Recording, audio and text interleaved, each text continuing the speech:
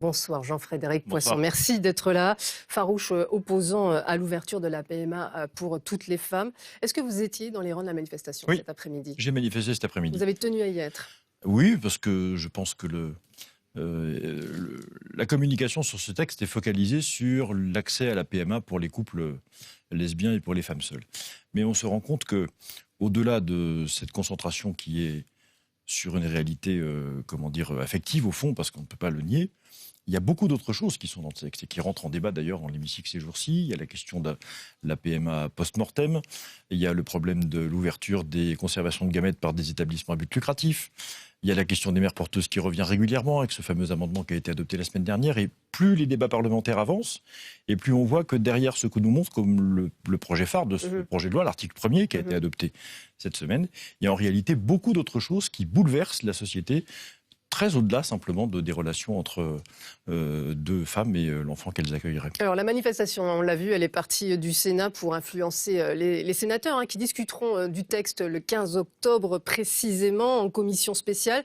Mais la mesure, vous l'avez dit, a déjà été adoptée par l'Assemblée nationale. Est-ce que vous pensez qu'on peut encore avoir des surprises? Ah, vous savez, tant que la dernière lecture n'a pas été faite dans l'hémicycle de l'Assemblée, il peut se passer à peu près tout, et même jusqu'à ce que le chef Gérard de l'État Larcher n'était promulgue pas le texte. présent à la manifestation, Non. il était dans les Non, précédentes. non. Il était dans une précédente ou deux, mais il n'est pas. On ne l'a pas vu souvent, effectivement, sur ces sujets-là. Non. Il y a une mobilisation qui démarre aujourd'hui, très au-delà des chiffres qui ont été annoncés.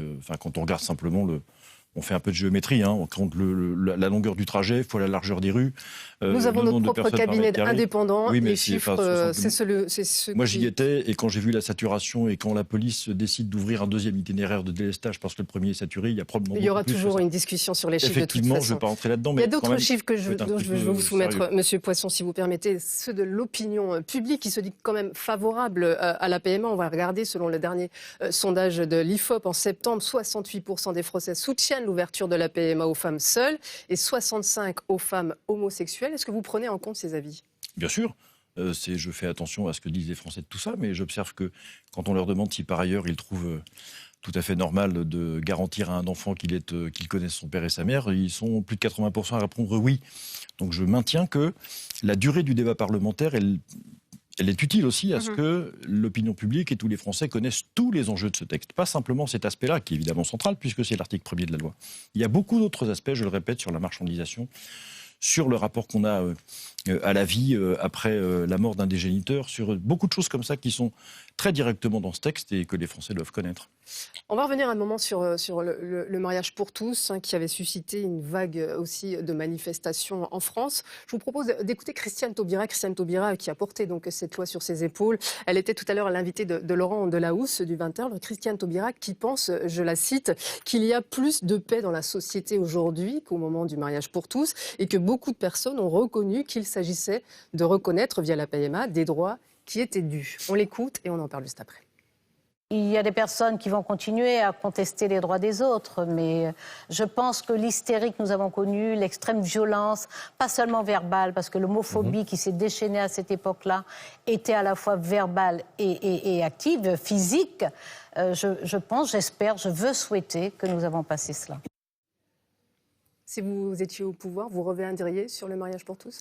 Probablement, parce que le fait de dire que c'est un droit qui a quelque chose de mécanique ou d'inéluctable, je ne suis pas de cet avis. Je pense qu'il faut faire attention aussi au fait que, d'abord, le politique n'est pas là pour organiser systématiquement la satisfaction des désirs individuels, si légitimes soient-ils, si violents ou si brutaux soient-ils, si forts soient-ils, mais que les pouvoirs publics doivent veiller à promouvoir dans la société ce qui promeut de la stabilité, de la pérennité, de la cohésion. Et là, les conséquences de ces textes, mariage pour tous comme la PMA pour tous, je vous le dis, et je le disais tout à l'heure, nous entraînons vers la légalisation des mères porteuses avec tout ce que ça suppose, mécaniquement, même si les gens ne veulent pas aujourd'hui, ce sera la conséquence inéluctable, nous entraîne vers une marchandisation de la procréation, un rapport monétaire avec la vie qui est quand même extrêmement problématique, nous entraîne vers une forme de détournement de la médecine de ses propres fins, qui est de soigner les pathologies et non pas de